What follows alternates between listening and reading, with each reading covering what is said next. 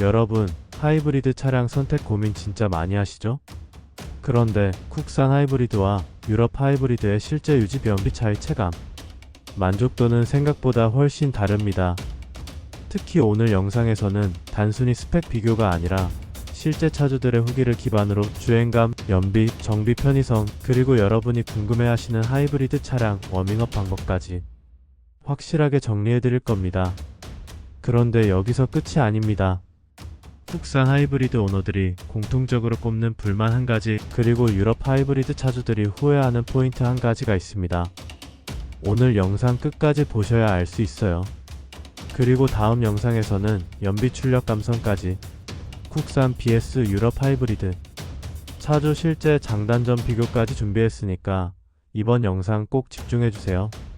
하이브리드 자동차 이제는 흔한 선택지가 됐습니다.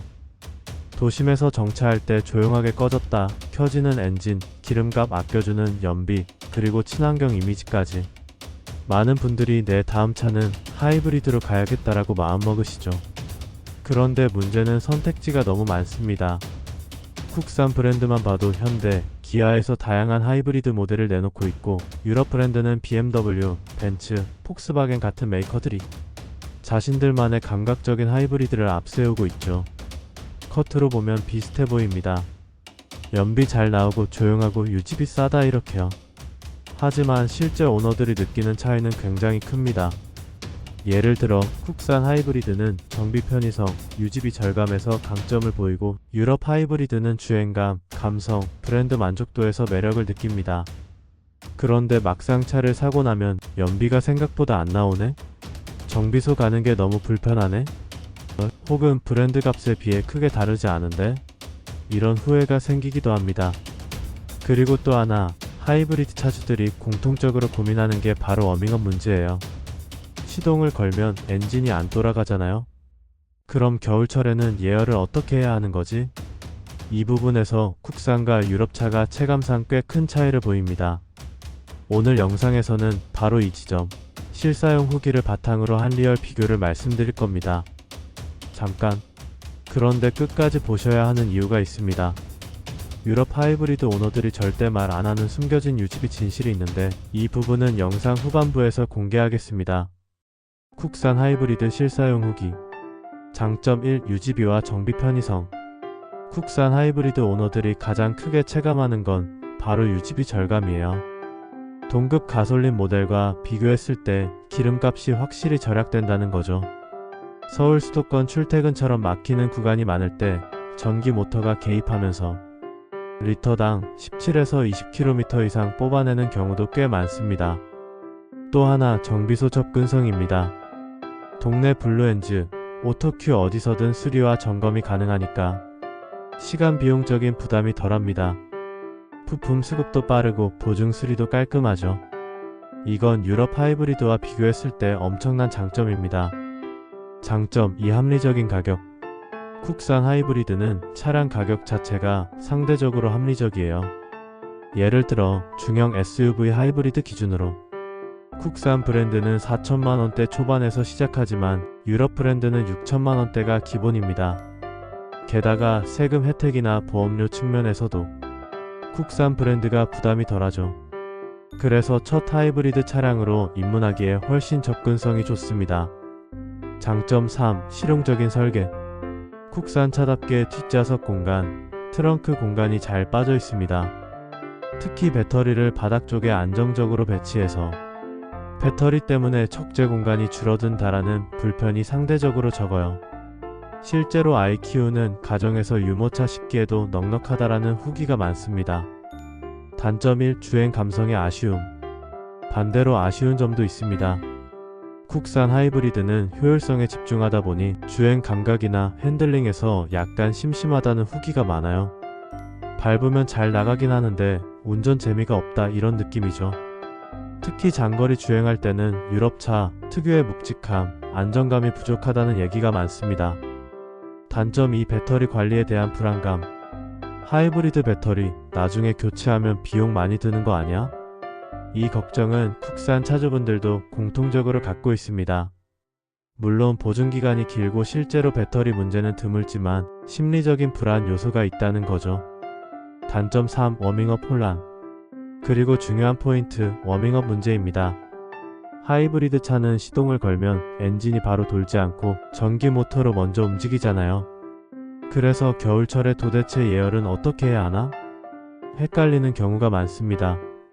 국산 하이브리드는 비교적 자동 제어 시스템이 똑똑하게 설계되어 있어서 엔진 온도가 필요할 때 자동으로 켜지고 히터를 켜면 엔진을 돌려서 열을 공급해 줍니다. 즉, 굳이 예전처럼 공회전을 오래 할 필요가 없다는 거죠. 하지만 이 부분 유럽 하이브리드와 비교했을 때 차주들이 체감하는 차이가 꽤 있습니다. 이건 뒤에서 자세히 말씀드리겠습니다.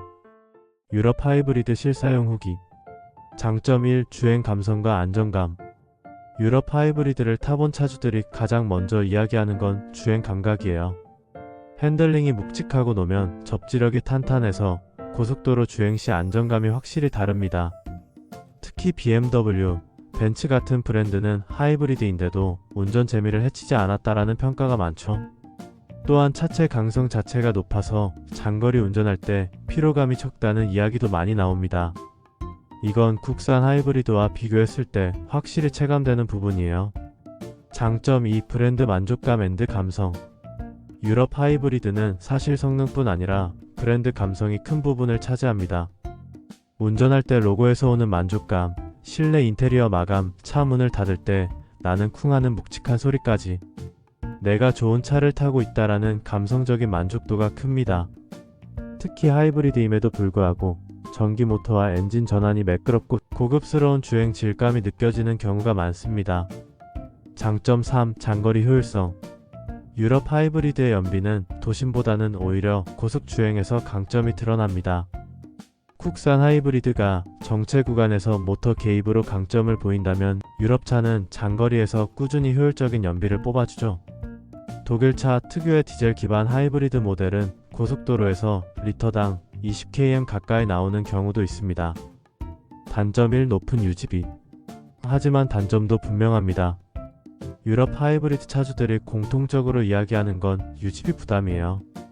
일단 차 가격 자체가 비싸고 보험료도 더 나옵니다. 게다가 정비소 접근성도 떨어집니다.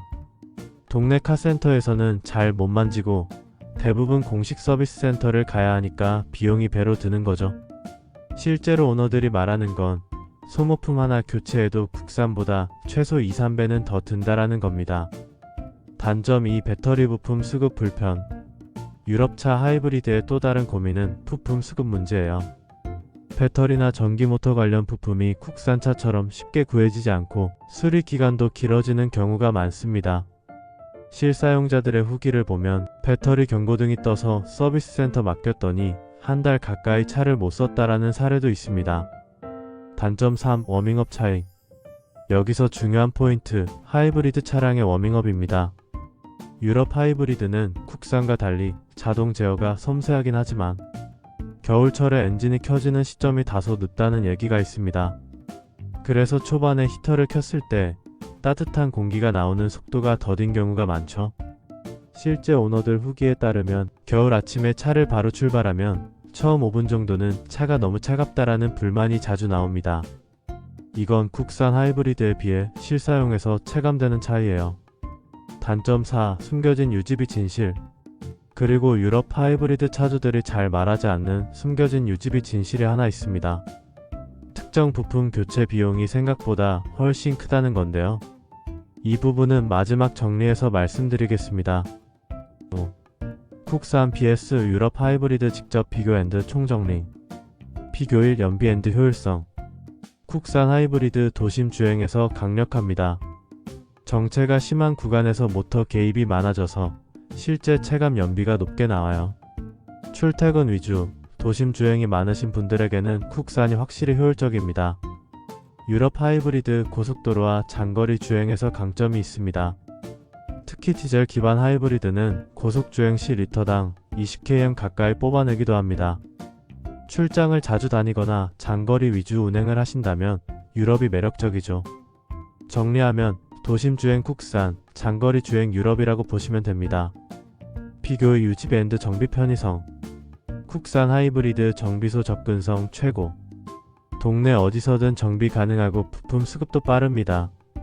소모품 교체 비용도 상대적으로 저렴해서 부담이 덜하죠. 유럽 하이브리드 유지비 부담 큽니다. 서비스 센터 의존도가 높고 수리 비용이 국산 대비 23배는 기본이에요. 게다가 부품 수급이 늦어서 차를 맡겨놓고 몇 주 동안 못 쓰는 상황도 발생합니다. 유지비와 정비 편의성만 보면 국산이 압도적인 승리입니다. 비교 3. 주행 감성 앤드 브랜드 만족도. 국산 하이브리드 효율과 실용성은 확실하지만 주행 재미가 다소 부족합니다. 일상 주행에는 불편함 없지만 운전하는 맛을 느끼기엔 심심하다는 평가가 많습니다. 유럽 하이브리드 주행 질감과 브랜드 감성에서 압도적. 묵직한 핸들링, 고급스러운 실내, 브랜드가 주는 만족감이 큽니다. 차는 단순한 이동수단이 아니라 나의 라이프 스타일이라고 생각하는 분들에게는 유럽이 맞습니다. 비교 4. 하이브리드 워밍업 차이. 국산 하이브리드 겨울철에도 자동 제어 시스템이 빨라서 히터를 켜면 엔진을 돌려 따뜻한 공기를 금방 만들어줍니다. 즉 별도의 워밍업을 신경 쓸 필요가 거의 없습니다. 유럽 하이브리드 엔진 개입 시점이 늦어서 겨울철 초반 주행 시 히터 반응이 느립니다. 실제 오너들 후기를 보면 아침에 바로 출발하면 5분 정도는 너무 춥다라는 얘기가 많습니다. 결론적으로 추운 겨울에 워밍업 스트레스 덜 받고 싶다면 국산 하이브리드가 더 편하다고 할 수 있습니다. 비교 숨겨진 유지비 진실. 여기서 말씀드린다고 했던 부분. 유럽 하이브리드 차주들이 잘 말하지 않는 게 있습니다. 바로 배터리와 전기 모터 관련 부품 교체 비용이에요. 국산은 보증기간도 길고 비용도 상대적으로 낮은 편인데 유럽 차는 보증이 끝나면 수백만 원대 수리비가 한 번에 튀어나올 수 있습니다. 이 부분 때문에 유럽 하이브리드를 사신 분들이 처음엔 만족했는데 나중엔 유지비 때문에 팔았다는 이야기를 꽤 많이 남기십니다. 총정리, 도심 위주, 유지비 정비가 중요하면 국산 하이브리드를, 장거리 위주, 주행감 브랜드 감성이 중요하면 유럽 하이브리드를. 결국 선택의 기준은 여러분의 운행 패턴과 생활 방식에 맞추는 게 정답입니다. 여러분, 오늘 국산 하이브리드와 유럽 하이브리드를 실제 차주들의 후기 중심으로 비교해드렸습니다. 정리하자면 국산 하이브리드는 도심 주행에서 뛰어난 연비, 저렴한 유지비, 편리한 정비 인프라가 장점이고 유럽 하이브리드는 장거리 주행 안정감, 주행 감성, 브랜드 만족도가 돋보이지만 유지비 부담이 크다는 차이가 있었습니다. 특히 많은 분들이 헷갈려 하셨던 하이브리드 차량 워밍업 문제는 국산이 자동 제어가 빨라 겨울철에도 큰 불편이 없는 반면 유럽차는 상대적으로 초반 히터 반응이 늦다는 실사용 차이까지 확인할 수 있었죠. 결론적으로 내 차는 어떤 용도로 더 많이 쓰일까? 이 질문에 답을 내리시면 선택이 한결 쉬워질 겁니다. 그리고 오늘 영상에서 다 못 풀어드린 이야기가 있습니다. 바로 실제 차주들이 직접 말한 국산 하이브리드와 유럽 하이브리드의 장단점 생생 리뷰인데요. 연비, 출력, 감성까지 카탈로그가 아닌 실제 사용 후기를 기반으로 풀어드릴 예정입니다. 차를 이미 타고 계신 분들도 앞으로 구매 고민 중이신 분들도 이래서 이 차가 나랑 맞는구나라는 확신을 얻으실 수 있을 거예요. 오늘 영상이 하이브리드 차량 선택에 도움이 되셨다면 좋아요와 구독, 알림 설정 꼭 부탁드립니다. 여러분의 댓글 하나하나가 다음 콘텐츠 제작에 정말 큰 힘이 됩니다. 그럼 저는 다음 영상 국산 하이브리드 vs 유럽 하이브리드 차주들의 실사용 장단점 비교로 다시 찾아뵙겠습니다. 오늘도 시청해주셔서 감사합니다.